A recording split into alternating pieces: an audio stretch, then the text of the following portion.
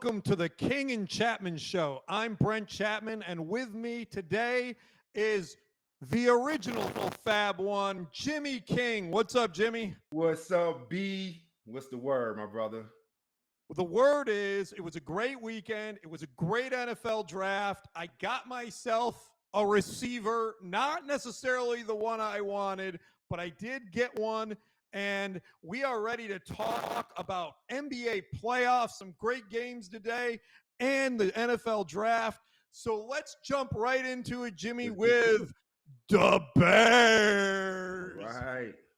Are the Bears ready to make the playoffs, Jimmy? Well, I think they did a great job in getting the pieces that they needed, or they set out that they said that they need, with a great quarterback and a great receiver. But making the jump from not making the playoffs, barely making the playoffs, to a lot of up and down years the past handful of years. I think they did a good job of helping them get closer to the Super Bowl, but getting in the Super Bowl, I don't know. They still got a couple of more steps that they may have to take to get there. Jimmy, listen to this offensive lineup that they have, and Bears fans are very excited. They have Caleb Williams and DeAndre Swift at running back, and receivers DJ Moore, Keenan Allen, and the newly drafted Rome Odunze, which I told you is one of my favorite receivers in the draft. Those three guys alone combined for 4,200 yards last year. This is going to be a lot of fun to watch. And here's another funny thing. Did you see the quote that Caleb Williams made? He texted the new punter, Yes, and said, "Who is they you drafted? will not be punting." Yeah, they drafted a punter. He texted the punter and he said, "Hey, you're not going to punt too much this year." I love it. I love that confidence. That's how it's supposed to be. He's the quarterback. He's coming in, fresh face, fresh to the league. He wants to immediately make an impact, and especially in the locker room with his teammates. And no one better than a draftee that just got drafted, who who is important to the game. The kickers and punters today are just as valuable as running backs and some on some teams. So I'm excited to see what they do, but you just don't go from the bottom of the cellar or mid way to jump into the Super Bowl. I think they're going to have to, it's going to be a lot of other factors that come into play that propel them to get there. One other thing I'll say, Jimmy, is the Bears offensive coordinator is Shane Waldron. Now, he spent the past 3 years as the Seahawks OC. Now, why is this important? Because the Seahawks had Geno Smith, and Geno Smith threw at least 3,600 passing yards in each of the last 2 seasons. Geno Smith. Everybody talks about Geno like Geno is not a professional football player that's been in the league over 10 years. He's doing something right. He's not Patrick Mahomes or Tom Brady. No, of course not. Now, everybody has a different skill level. Everybody, kind of finds their way. And hopefully, they have a good offensive coordinator or have a great coach that'll allow them to, or put them in a position to utilize their talents the best way possible. My point is that if he can get that production out of Geno Smith, he's now got Keenan Allen, DJ Moore, Rome Odunze, and the number 1 draft pick, Mr. Painted Fingernails, Caleb Williams. But what comes along with that is keeping everybody happy. How do you keep everyone happy? Even winning sometimes doesn't cure that. So you really have to be more of a manager to manage the personalities, to get those guys to believe in the system and to go out there and really sacrifice, because there's going to be some sacrifices being made in order, when you have all that talent on the team, to to reach that next level. So, Jimmy, I'll wrap this up by saying I do think the Bears will make the playoffs. I do. I think they've got a division with the Tell me. Lions, who are really good, and the Vikings are in, and the Packers. That might have just been a sort of a lucky season. I think the Bears have a shot to make the playoffs with this if Caleb Williams can step in and produce. But the next topic I want to go to, and this is very important to me, because on our last show we asked, would 6 quarterbacks go in the first round? And you said 4 would go in the first round. Now, not only, Jimmy, did 6 go in the first round, but 6 went in the first 12 picks. I know. But you know what? You know what that tells me?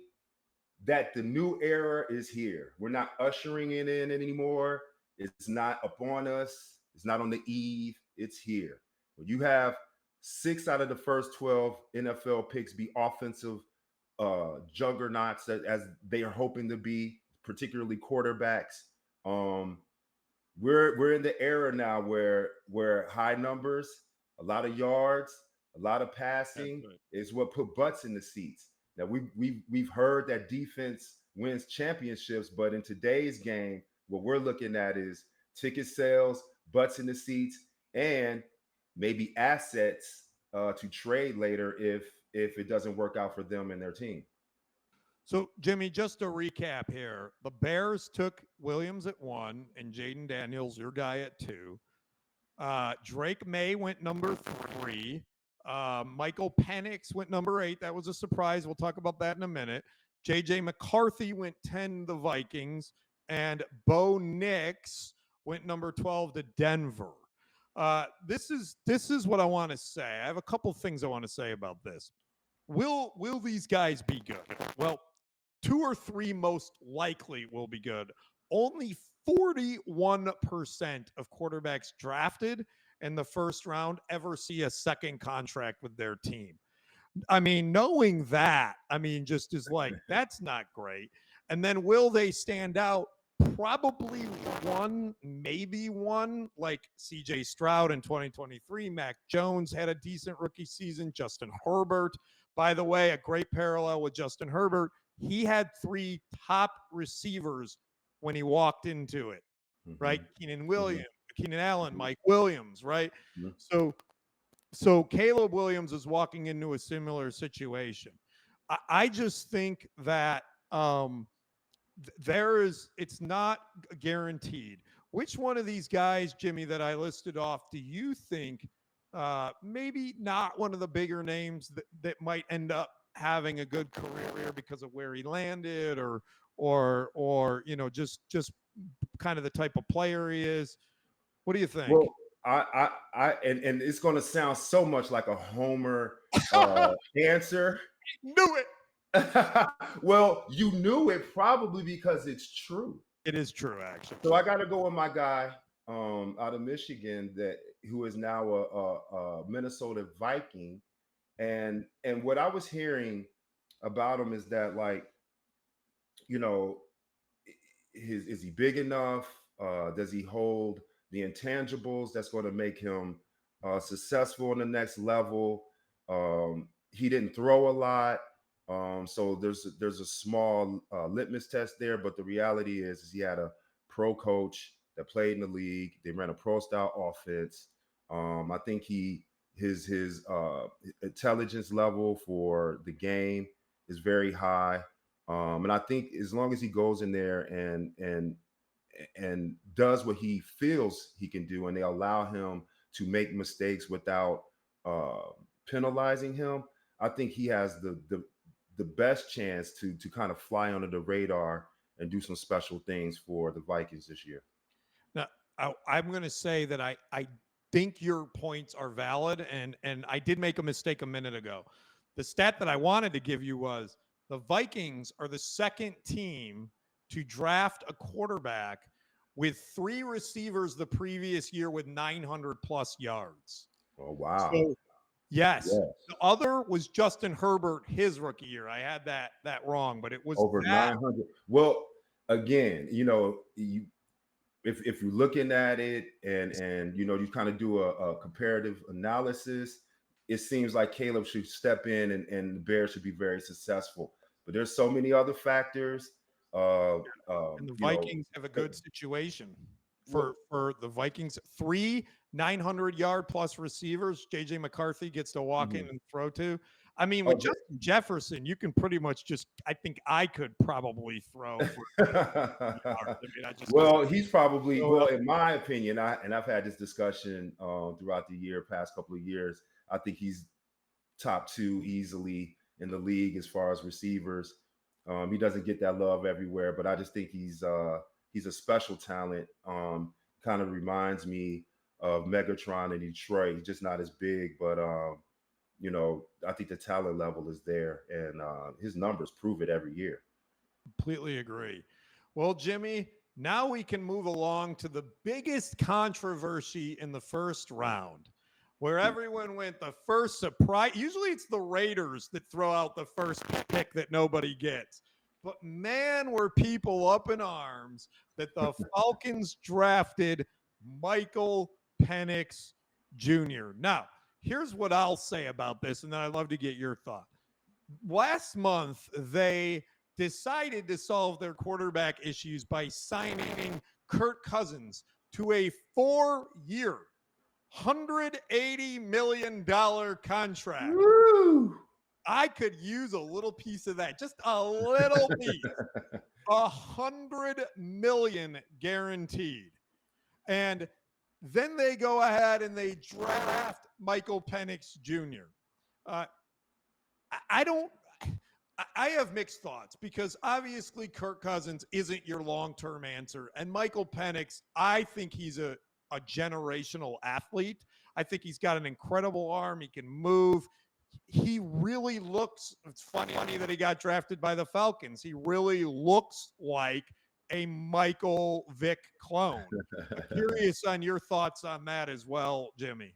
Well, I know it shook up a lot of people, and to your point, after signing Kirk Cousins to $100 million contract, why would you draft a quarterback? But I mean, you look at Green Bay. Green Bay did it with Aaron Rodgers, um, and I, I think that especially in the NFL, when you're asking a young quarterback to come into the league and to be impactful, you got to give them some time. And I think it's a great plan for them to have a veteran quarterback with Kirk Cousins, who, obviously they believe in, or they wouldn't have paid him as much, but they had the opportunity to look to their future and secure a quarterback in case there's an injury or in case Cousins doesn't perform the way they feel.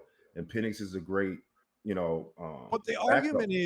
argument is, Jimmy, they could have used that 8th pick on one of these top receivers. They could have got Rome Odunze. Absolutely, but the development in I think that they feel like you can't pass up a talent that way, and obviously they didn't have the receiver um, valued or evaluated higher than Penix, or they would have picked him. So I think it was just a matter of it came down to maybe something being equal, and they chose the talent over over the need, and which is rare, because So that's we discussed that last show, is that usually you'll take the need, but occasionally you'll see teams take talent over need, and I think that's what the Hawks did in this case. I I think mean, I mean, that I uh, think, and you and I know this best, Jimmy, because we live in Dallas, Texas, so we know what meddlesome owners are like. But I think that there might have been some meddlesome ownership going on here, because I cannot believe that Terry Fontenot, the GM, and Raheem Morris paid this big quarterback and brought him in and then said, "Yep, we're going to draft a quarterback with the 8th pick." And there's pictures from the draft of Arthur Blank, Mr. Home Depot, the owner of the Falcons, pointing at the GM And my guess is the words go something like this. You're drafting Michael Penix Jr. With the top pick.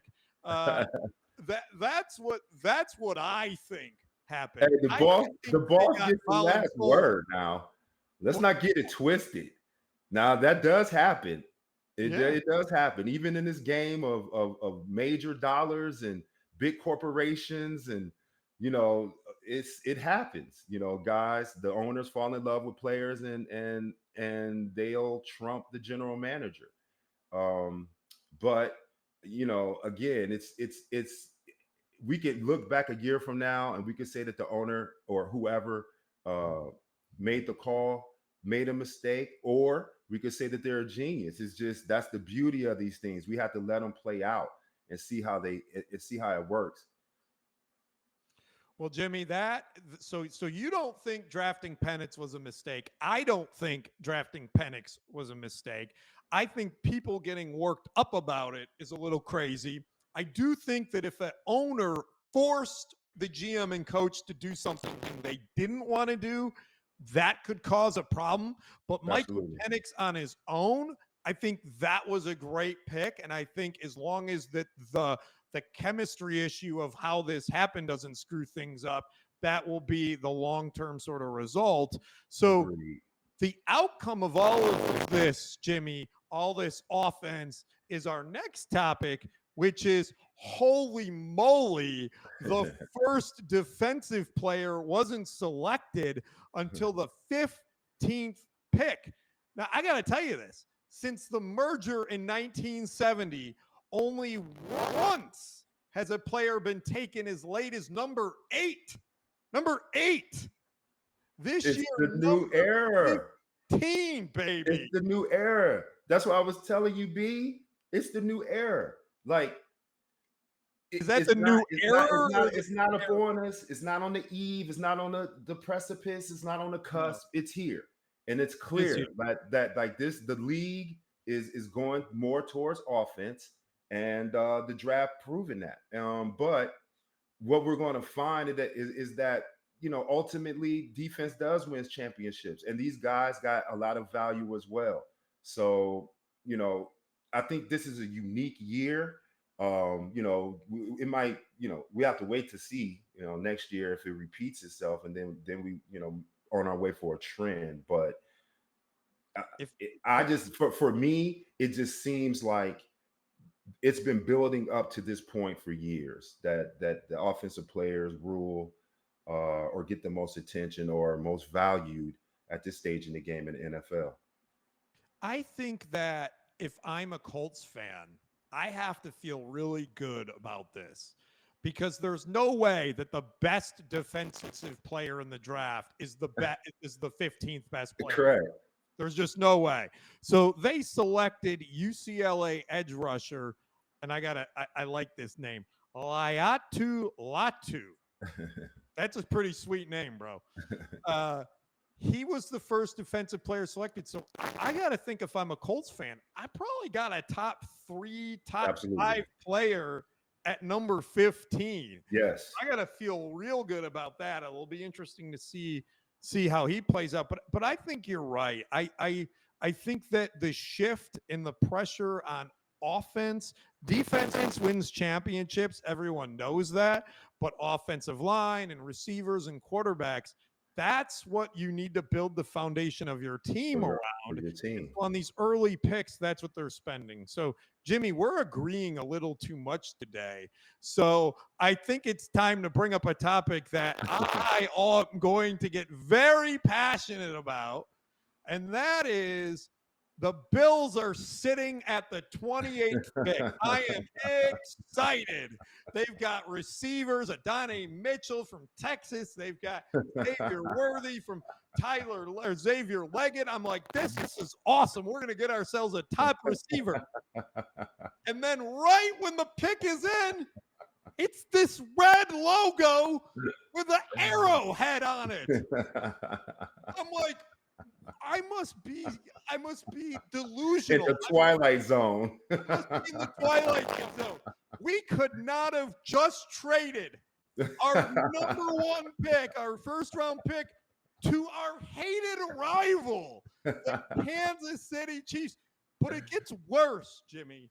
Not only did we trade our pick to the Kansas City It's Chiefs, confidence. we let them pick the player they wanted, the fastest player in the history of the NFL draft.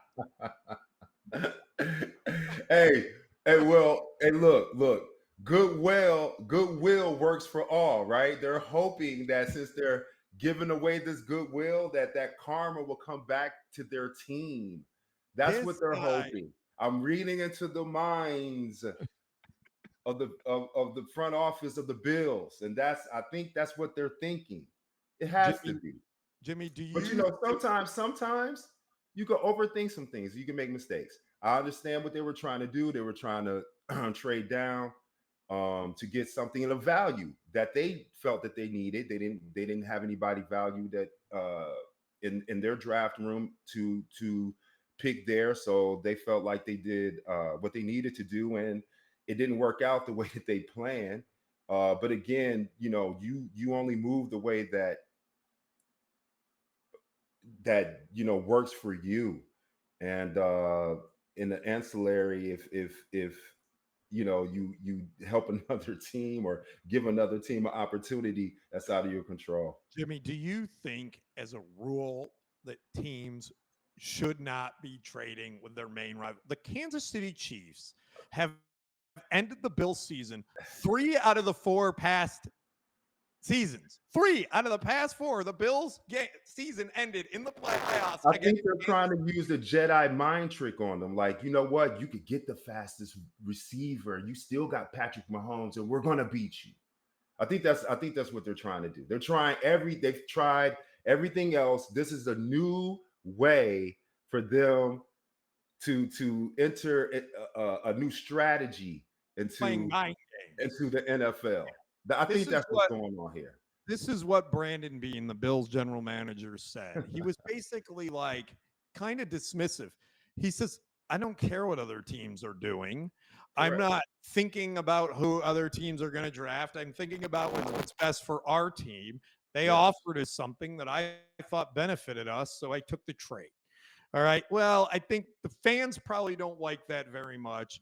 The other, Just be honest. yeah, but at the end of the day, he's probably right. Uh, That's what I mean. You're right. He this is their job. They're not going to try to do anything or hopefully do anything that'll get them fired. And something as glaring as the draft, everything is going to be analyzed. So they have very good reason to do what they did, and Now, they're here's going to another live thing. with He said, and he made a good point too. The Chiefs were going to get that guy no matter what they did, short of taking him, it. and they clearly didn't think he was the guy to take. Hmm. They Hmm. they ended up taking wide receiver Keon Coleman from Florida State a few picks later.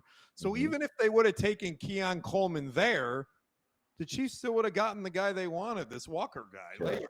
So It's just the evaluation, what they had in the boardroom, and who they felt deserved that pick, and they didn't want it. They didn't have anybody that they felt filled that, so they moved down a couple of picks. Jimmy, I And need I mean, it happens all the time. It's just your team and how you feel about it. That's what it is, B. Jimmy, I need some blood pressure medication that one. But now, Jimmy, we can transition to the NBA playoffs. Uh, and and the Cavaliers are, whew, did they have a major letdown in this last game here? Yeah, they lost game 4 to the Orlando Magic, 112-89. And they were down by as many as 30 in the fourth quarter. They went up 2-0, and then they just completely fell apart. And now, as the series is tied, do you think that's just, hey, that's just they had 2 at home, then they had 2 away? They can get back in control of this series? Or do you think this is a sign of they're kind of losing it here and they might be in trouble moving forward? Well, I don't know if for whatever reason that the Cavaliers and this team or the Cavalier teams in the past couple of years, it's been their makeup. If you notice, like they'll have games where they look like world beaters, and they'll beat Yeah. high level teams within the NBA, but then they'll turn around and lose to teams that they should beat, or you feel like they should beat. This is their MO. For whatever their makeup is, this is how they move. So normally I would say they're in trouble because somewhere there's something amiss, or there's something brewing that may be unseen or in the locker room or behind closed doors. But to me, this is kind of like their makeup, and unfortunately, it's hard to tell. You know, if they're going to go one way or the other. I think they'll be okay. I think they'll bounce back and handle business, but potentially they can win the next game by 10, 15 points and then come back and lose the next one by 10 and 15. And then So it goes to game 7, and it's a toss up at that point, regardless. And that's why you got teams that are close in seeding. That's what you're going to get. That's right. So you don't think this is the end for them, but you just think that they're too chaotic as a team. They're too inconsistent. They're too inconsistent. That's their MO. Like they have too many games in the past couple of years, not just this year, the past year and a half, 2 years, where it's unexplainable. Like they're at home, or they came off a road trip, beat a good team on the road, they come home and they lose at home. It's just interesting to watch. And again, you just don't know what the makeup of these teams and how they go about their business. The same with the NFL. You don't know until you get the guys together, and you hope that the coaches who are the team managers are able to corral these personalities and get them to gel mentally so that they can carry out the end goal. And you just don't know what you're going to get along the way. And you have dynamics like the Pistons, for example, that you watching an NBA team and they can't win a game, and then they might hit a stretch, where they win 2 or 3 in a row, and then you're like, what happened? And then they go back to losing. So it's 29 in a row or whatever it was. I'm right. so glad we weren't doing this back then, Jimmy. But you have the coach of the year who comes from, building or help building a great program out west. And he comes to Detroit, you expect the same things. Yeah. But again, you just don't know what factors he's dealing with in that locker room that's already taken place. And then you got moving parts, and it takes a lot. It really takes a lot. That's why you have to enjoy or appreciate the teams that win the championships and get all the way there, and that are able to push all their issues and problems aside to win. I completely, I think you're right on that, and it'll be interesting to see how this plays out. But now, Jimmy, we're going to move along to another Jimmy. My God. Can we get that picture up there, Nate? I got to see that pic. Let me see that pic. Look at that. Now, who has a fresher do? Our Jimmy or this Jimmy? Let me see that do again. Nate, go back. Oh, look at this do. Our Jimmy, I like if you're in the comments, who's got the fresher do? I think our Jimmy has the fresher do. Their Jimmy is playing about as much basketball right now as our Jimmy. It's me, yeah, no doubt. Which is not. So, yeah, playoff. We need playoff Jimmy back. I think he need to let his hair down, take out the corn puffs. I mean the Afro puffs. First of all, get his legs, get his ankle healthy. I love the do, Jimmy. I think. Well, thank you. It was inspired. I'm gonna get it done tomorrow, but this is just kind of like a Jimmy Butler playoff love. So we'll have another do on our Thursday show then. All right, I'm looking forward to that. Do you think that the Heat have? I read that he's out like maybe 2 weeks. I mean, this is an MCL injury. Do you think the Heat have any chance against the number 1 team in the league without Jimmy Butler? Well, as a former player, I hate to say that they don't have a chance, but I agree. they don't have a chance. I I don't don't think without Jimmy Butler, playoff Jimmy, particularly that Butler, um, yeah. no, I think it's going to be too tall of a order for them to overcome.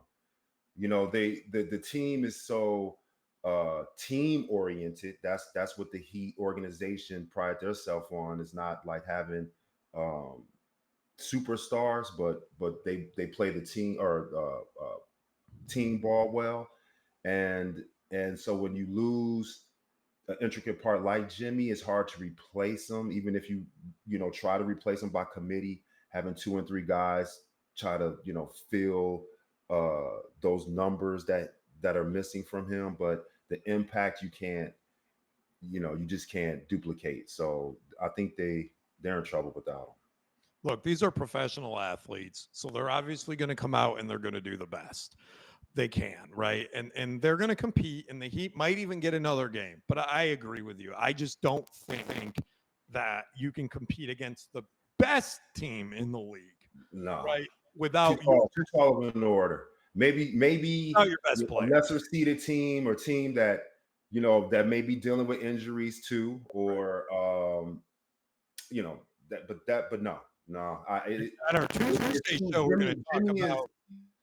Jimmy is But too valuable I agree. for them, and they don't have anyone that can make up the importance that he provides to the team.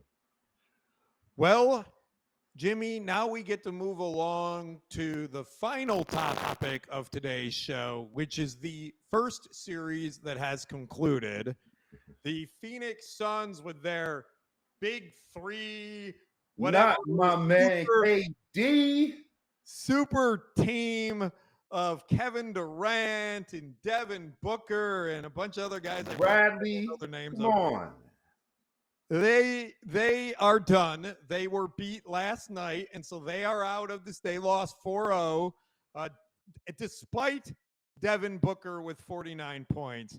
But I think Anthony Edwards is quickly becoming the guy in the league. Now, I don't know if this is true, but I'm going to ask you about this. So an anonymous Suns player said, quote, Anthony Edwards walked into our locker room before the game, walked right by me, and I'm like, what the hell is this guy doing coming in our locker room? He tapped Kevin Durant on the leg and said, lace him up. It's going to be a long effing game. And then walked out of the locker room and then proceeded to send him home for the offseason. I love it. I love it. That's what it's about too. There's no rules in there. You say you can't go in there and say what's up to a player in your own way. I love it. I love it. And the fact that he backed it up and sent him home is even better. And he was talking trash to him all day. Well, I love his style. I love how he plays. I think he's kind of like more of a throwback. He plays both ways, offense and defense. He's strong. He's tough. He's athletic. He's highly skilled. He plays a lot with a scowl, but he also plays with a smile on his face, so he's enjoying the game. And I appreciate him. He's one of the young players that I like, and if I was to have an outside dark horse pick for MVP, he's one of them, along with Jalen Brunson for the Knicks and SGA. I think those three guys particularly have had awesome years and elevated their teams, to levels that prior to the season starting, nobody saw their teams being in the position that they're in right now. Jimmy, speaking of throwbacks, what if there was some throwback enforcers like, I don't know, Charles Oakley or Rick Mahorn, and he walked in the locker room and those guys were in the locker room? Something tells me he might not have got out of there alive. Nah, it might have been a different ball game. We might have heard about some incidents before the game, maybe some Sprewell choking incident, something like that, you know. But There is no way that Tyler Hainsborough was going to walk into the Michigan locker room before the game and talk trash to C-Web or J. Rose. Right? nah, it wouldn't have went down like that. It definitely, they definitely wouldn't have made it out the locker room. You know, once we saw them, you know, first of all, kudos for him getting in the locker room. But once we saw he was in the locker room, he definitely There wouldn't was have a made beat. it out. Definitely. Well, Jimmy, I think that wraps up the show for us. We can conclude the show with any final thoughts. Already? So That's much it, fun. bro. That's it. We So much had fun. fun. Any final thoughts from you, Jimmy? No, but next time I know that the next time you ask me if it's going to be 6 quarterbacks or less in the NFL draft in the first round, I know to say yes because we're in a new era. That's what I learned. That's what you learned out of all this. And I will say, Jimmy, that my Bills did get their receiver. I told you on Thursday that I wanted to have a fresh receiver toy to play with. Keon Coleman out of Florida State. He's a very, very good receiver, and I think he's a good fit for Josh Allen. So I'm excited to see what happens. I don't think the Bills are done. I think they should continue to try to improve that receiver room. You got to give Josh Allen as much opportunity as possible. But I also want to add, they drafted a rugby player that has never played football before. And the guy is like 6'7". He's a total beast. It'll be really interesting to see how he performs. But thank you, Jimmy. Thank you, everyone, for watching. Always be. See you tomorrow. Pleasure. See you.